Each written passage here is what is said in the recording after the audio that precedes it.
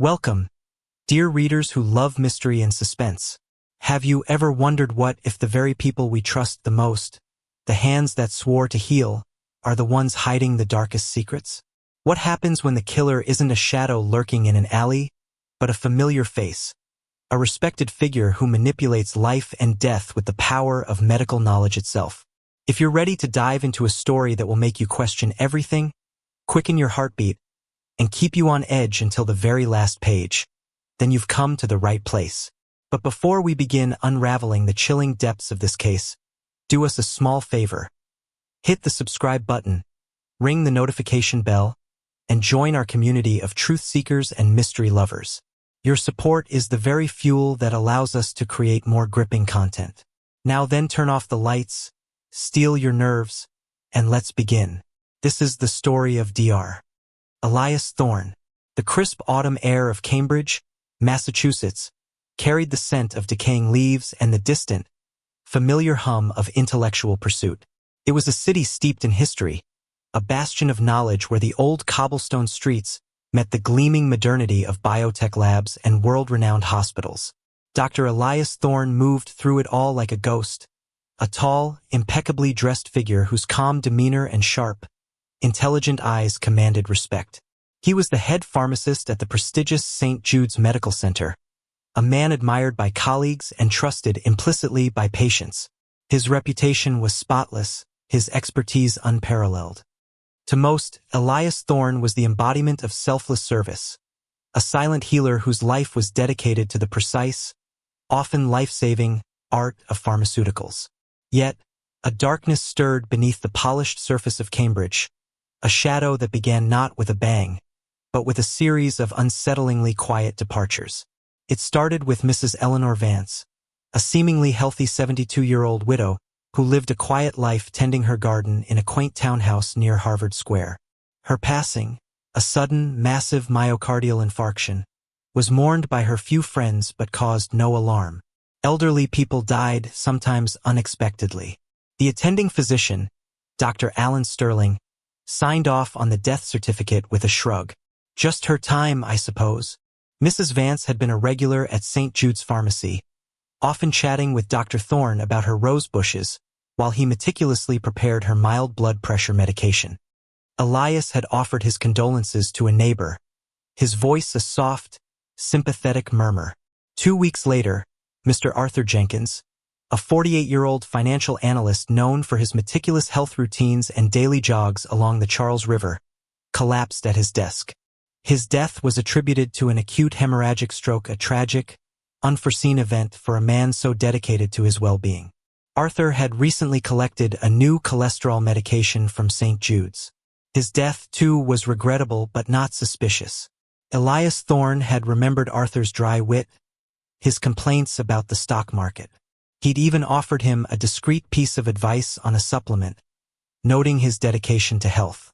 Then came David Chun, a brilliant, if somewhat reclusive, 30-year-old bioengineer at a fledgling startup.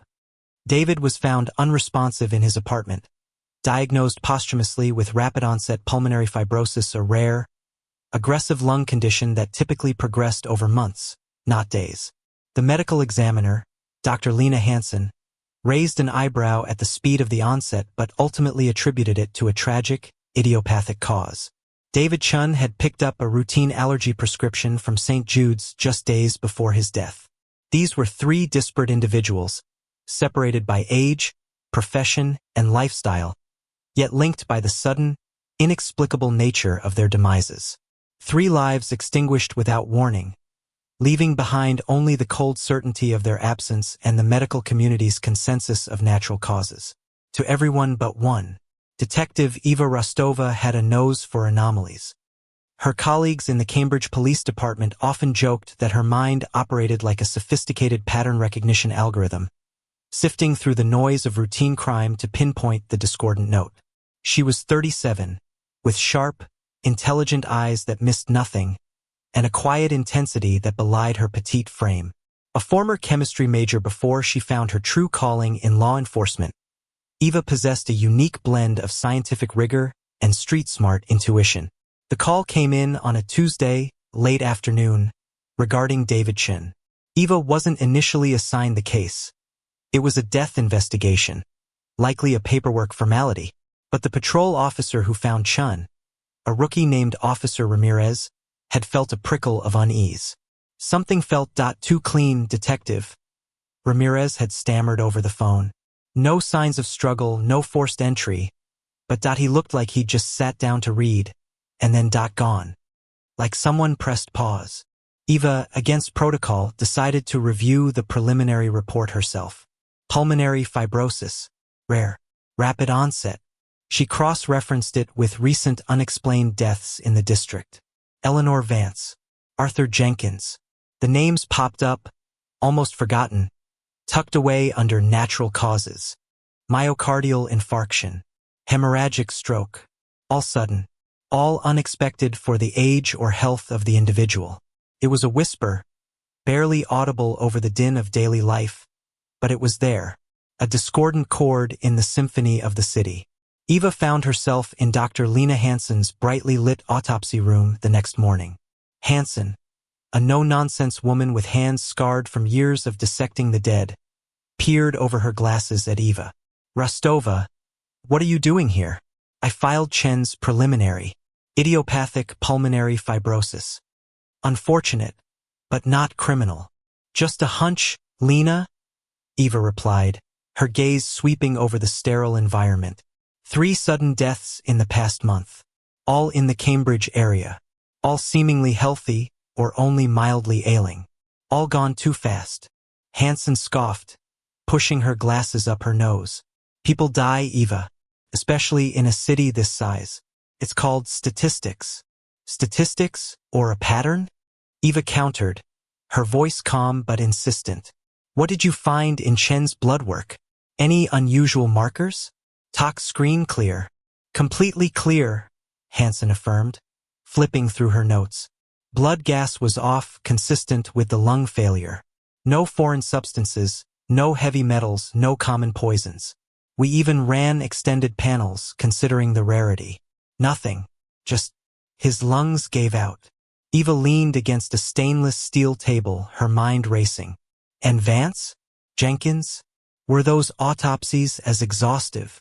Hansen sighed, rolling her eyes. Vance was a clear heart attack. Massive. Jenkins was a textbook stroke. They didn't warrant the deep dive Chen got. Standard procedures. You're chasing shadows, Rostova. Maybe, Eva conceded, but a flicker of doubt remained in her eyes. Or maybe I'm seeing the shadows before they become monsters. She spent the next few days deep diving into the victims' lives. Eleanor Vance. No known enemies, beloved by her cat. Arthur Jenkins. A few disgruntled former employees, but nothing that suggested a violent vendetta. David Chun. A quiet, unassuming man, dedicated to his work, no romantic entanglements, no major debts.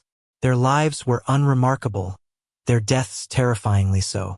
What struck Eva wasn't just how they died, but the way their symptoms converged at the moment of death. Vance's heart attack had been preceded by a strange, fleeting sense of nausea and weakness, dismissed as indigestion. Jenkins had complained of a sudden, intense headache followed by a dizzy spell right before he collapsed. Chun had reported a peculiar tightness in his chest and shortness of breath the day before he was found. These were common precursors, yes, but taken together, in such rapid succession of death, they whispered of something more. She visited St. Jude's Medical Center. It was a sprawling complex of brick and glass, humming with the controlled chaos of a major hospital. The pharmacy, a pristine clinical space on the ground floor, was bustling. Pharmacists in crisp white coats moved with practiced efficiency, their hands precise, their expressions focused. Eva identified the common thread. All 3 victims, in the weeks leading up to their deaths, had filled prescriptions at St. Jude's.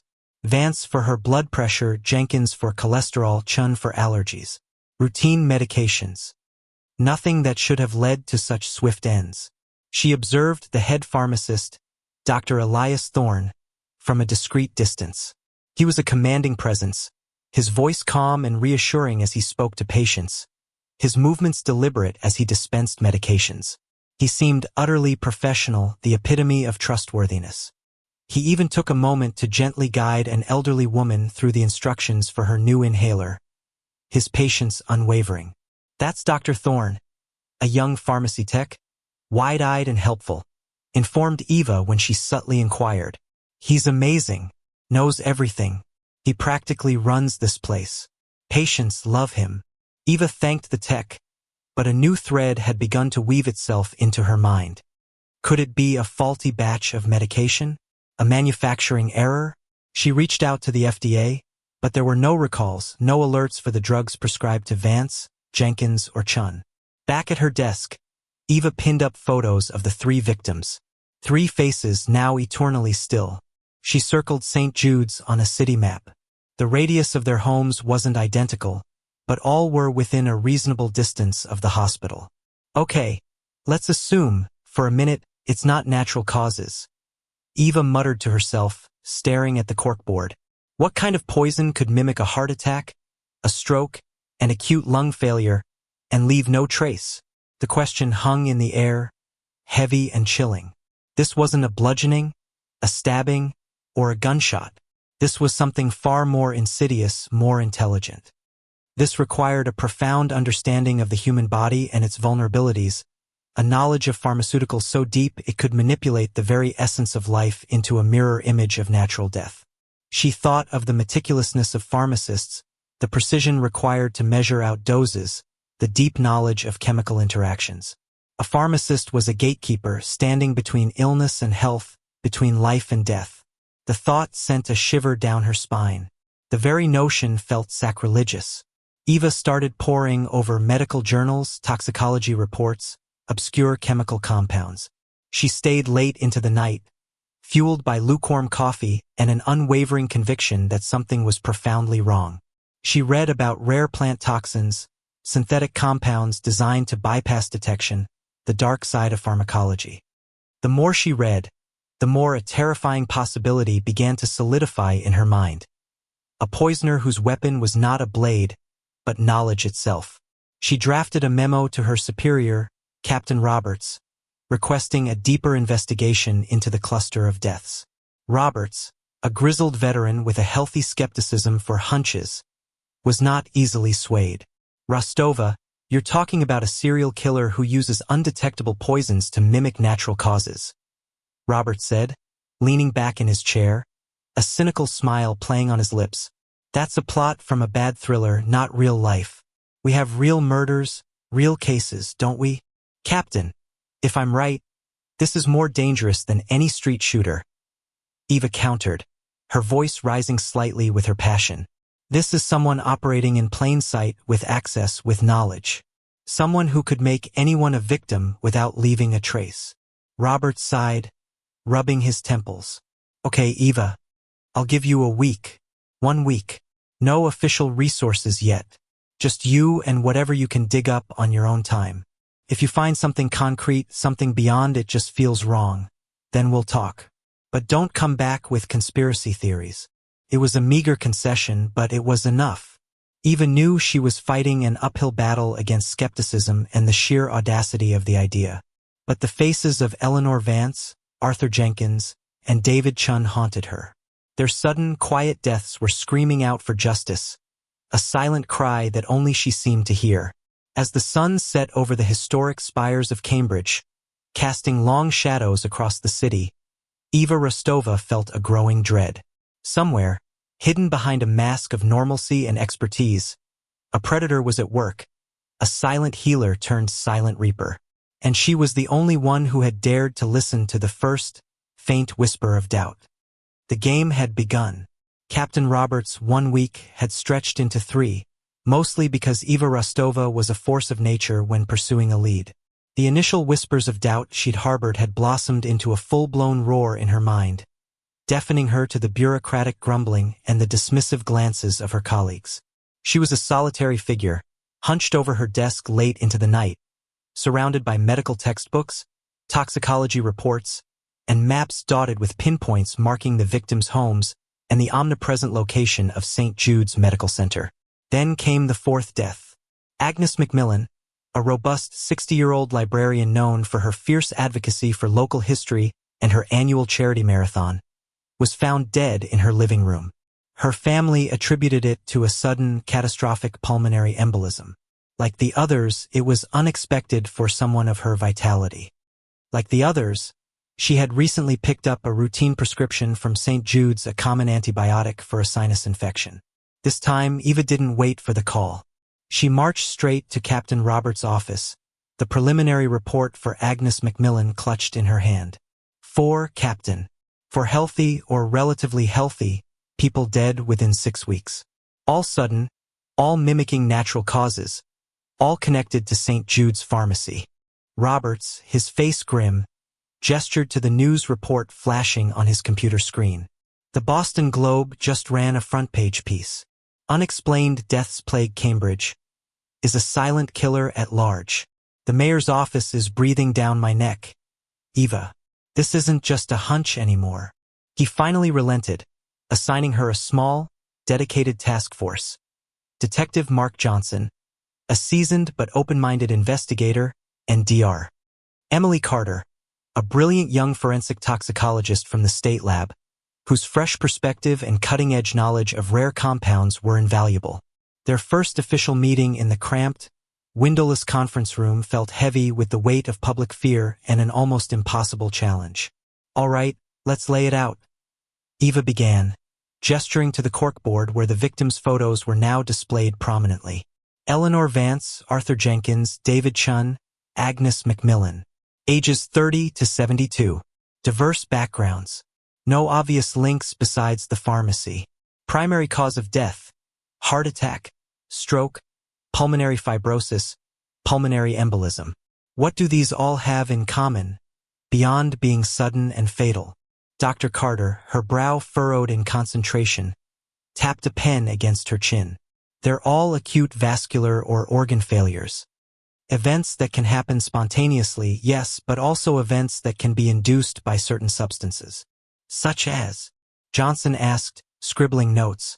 Dozens, Carter replied, running a hand through her short, dark hair.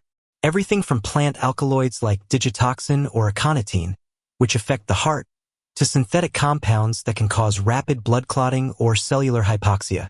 The challenge is, many of these are metabolized quickly or leave behind markers that mimic natural biochemical processes. So, what are we looking for? Eva pressed. A ghost. A ghost with a very specific signature, Carter corrected. Our killer isn't just using poison. They're using precision. They're orchestrating these deaths to look natural, which suggests an intimate knowledge of pharmacology and human physiology. The media frenzy grew. The Cambridge Reaper, they dubbed the invisible assailant, a moniker that sent shivers down the spines of residents. Hospitals saw a sudden drop in patients filling new prescriptions, replaced by an unsettling paranoia. St. Jude's, in particular, was under a cloud. Back at St. Jude's, Dr. Elias Thorne maintained his calm, professional facade. He offered condolences to grieving families, reassured nervous patients, and efficiently managed his team. Internally, however, a thrill of excitement mingled with a prickle of caution. He had seen the news reports, the increasingly pointed questions. They were getting closer, but they were still blind. He relished the challenge, the intellectual dance between hunter and hunted. He saw himself not as a killer, but as an artisan, a sculptor of destiny. His victims, in his twisted ideology, were carefully chosen. Each, in his judgment, represented a societal failing, a selfish indulgence, or a disregard for the delicate balance of life that he felt compelled to correct. Vance, a petty gossip; Jenkins, a ruthless corporate climber; Chun, whose revolutionary biotech work he deemed dangerous and arrogant; Macmillan, a vocal activist he found sanctimonious. They were all, in his eyes, deserving of his ultimate correction. He modified his approach, diversifying the causes of death, making the connections harder to trace, using more obscure compounds, or manipulating existing medications to subtly alter their effects. He thrived on the complexity, the brilliance of his own undetected hand. Eva's team began to dig deeper into the victims' medical histories, not just their prescriptions, but their full medical profiles, their doctors, their last known activities. They discovered that all 4 victims had seen a general practitioner, Dr. Samuel Hayes, for a checkup or minor ailment in the weeks prior to their deaths. Dr. Hayes was a respected, older physician affiliated with St. Jude's. Could it be Dr. Hayes? Johnson mused, reviewing his records. He's connected to all of them, and he's a doctor, he'd have access. Hayes is a good man, nearing retirement with a spotless record. Eva countered, though the thought had crossed her mind. But let's not rule anyone out. What if it's not the doctor prescribing, but someone filling the prescription? This led them back to the pharmacy. They secured a warrant to review St. Jude's pharmacy records for the past 3 months. A mountain of data. Every patient, every drug dispensed, every pharmacist on duty. It was a tedious, mind-numbing task, but Eva knew the devil was in the details. Dr. Carter, meanwhile, was exploring the pharmacology angle. Eva, I've been looking into substances that can induce these kinds of acute failures. What's interesting is how rapidly they acted. This suggests either a very potent dose or a substance designed for rapid absorption and effect, then rapid degradation. What about something administered directly, not ingested as a pill? Johnson suggested. An injection? Possible. But how would our killer get close enough to 4 different victims, in different settings, to inject them without suspicion? Eva pondered. No, the pharmacy link is too strong. It has to be something administered orally, or perhaps through skin contact, that they wouldn't notice. The team's focus zeroed in on the dispensing process at St. Jude's. The logs showed that while many pharmacists rotated shifts, Dr. Elias Thorne had been on duty during a significant portion of the times each of the 4 victims' prescriptions were filled. This was not unusual for a head pharmacist, but it was a pattern. A more chilling discovery came from Dr. Carter. She'd managed to get samples from the natural cause autopsies, particularly the lung and heart tissue that Dr. Hansen had grudgingly preserved. Using advanced mass spectrometry, she found almost undetectable traces of a compound in David Chen's lung tissue and Agnes Macmillan's blood that, while similar to natural metabolites, had a subtly altered molecular structure. It's a designer compound, Eva, Carter announced, her voice filled with a mix of awe and dread. It mimics endogenous substances naturally produced by the body, but it's subtly different. It's designed to trigger a specific catastrophic physiological response, then break down into harmless, natural components within hours or days. It's almost perfect. Almost perfect, Eva repeated, a spark of grim satisfaction in her eyes. So there's a signature. What does it do? This particular variant, Carter explained, pointing to a complex molecular diagram on her screen, appears to bind to specific receptors in the pulmonary vasculature, causing rapid constriction and fluid leakage, essentially a flash pulmonary edema leading to fibrosis or a massive embolism. Another variant could target myocardial cells, inducing an arrhythmia or a massive spasm, indistinguishable from a heart attack. The realization hit them like a cold wave. Their killer wasn't just using existing poisons. They were potentially designing them. This required not only deep pharmacological knowledge but also access to sophisticated lab equipment. The suspect pool had just narrowed dramatically. Someone with access to a high-end medical research facility or a specialized pharmaceutical lab. Someone like Dr. Elias Thorne. Eva instructed Johnson to discreetly begin a background check on Thorne, focusing on his past research, his academic publications, any access he had to private labs or specialized chemical suppliers.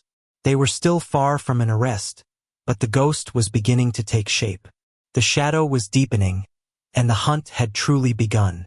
The game of cat and mouse was accelerating, and the stakes were nothing less than the lives of an entire city.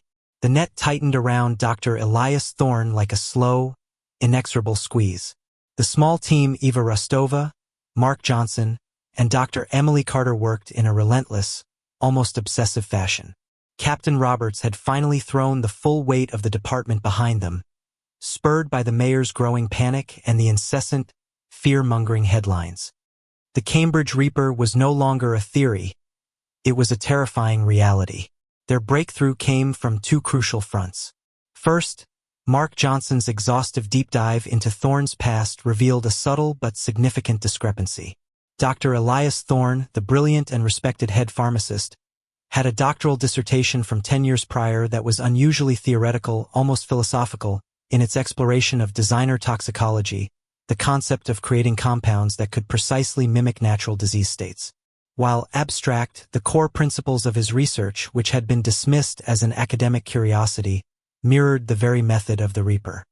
More chillingly, Johnson discovered Thorne had briefly worked at a private biotech research firm known for its cutting-edge work in synthetic organic chemistry, a firm with state-of-the-art lab facilities that would grant access to the very tools needed to synthesize the compounds Dr. Carter had identified. He left abruptly after a minor ethical dispute, deemed insignificant at the time. Second, Dr. Carter, with newfound funding and resources, pushed the boundaries of forensic toxicology. She wasn't just looking for traces. She was looking for patterns of decay. She theorized that while the active compound degraded quickly, its byproducts, even in infinitesimal amounts, might leave unique, transient chemical signatures before they too fully metabolized. She obtained the preserved tissue samples from all the victims, even Eleanor Vance's heart tissue, which had initially been given a cursory examination. Using advanced spectroscopic techniques and cross-referencing with simulated degradation models of the designer compounds, she found it, a consistent, unique, almost artistic ghost signature in all 4 victims. It was the telltale fingerprint of Thorne's meticulous work, a trace evidence of his undetectable toxins. The evidence was irrefutable. The means, the motive, though still abstract, the opportunity, and now the signature. Eva presented the findings to Captain Roberts. "It's him, Captain. Dr. Elias Thorne. He's been using his pharmacological genius to design undetectable poisons, administering them through routine prescriptions at St. Jude's, and then watching his victims die of natural causes." Roberts' face was a mask of disbelief, then grim determination. "A pharmacist. Dear God, the public trust." He ran a hand through his thinning hair. "All right, Eva. We move carefully. This is a high-profile target. We need to be absolutely certain before we make a move that could shatter the city." They initiated round-the-clock surveillance on Thorne. His life was meticulously orderly, almost clinically so. He went from his pristine home to the pharmacy to a quiet gym and back. No late-night rendezvous, no suspicious packages, no overt signs of a dark double life, except for the occasional, subtle, almost imperceptible gleam of intellectual arrogance in his eyes when he believed he was unobserved. Thorne, however, was a man of keen intellect. He sensed the shift in the air, the subtle change in the rhythm of the hospital, the lingering eyes of unfamiliar faces. The news reports, once a source of thrill, now carried an edge of danger. He knew they were close, and in his twisted mind, he decided to leave them one final, audacious clue. The taunt. A final performance before his grand exit, or his inevitable capture. Another death occurred. This time, it was Mr. Walter Green, a prominent, notoriously corrupt city councilman who had been an outspoken critic of St. Jude's funding. His death was ruled a sudden, massive liver failure. But this time, a small, unusual detail was found by the first responders. A single, meticulously folded origami paper crane, tucked into his hand. It was white, stark against his pale skin. No one understood its significance, but Eva's instincts flared. It was a message, a signature that had crossed the line from subtle to symbolic. They moved in. The arrest was executed with surgical precision at St. Jude's, during a routine evening shift. The quiet efficiency of the police mirrored Thorne's own meticulous nature. As Detective Eva Rostova approached him, her face a mask of controlled intensity, Thorne met her gaze.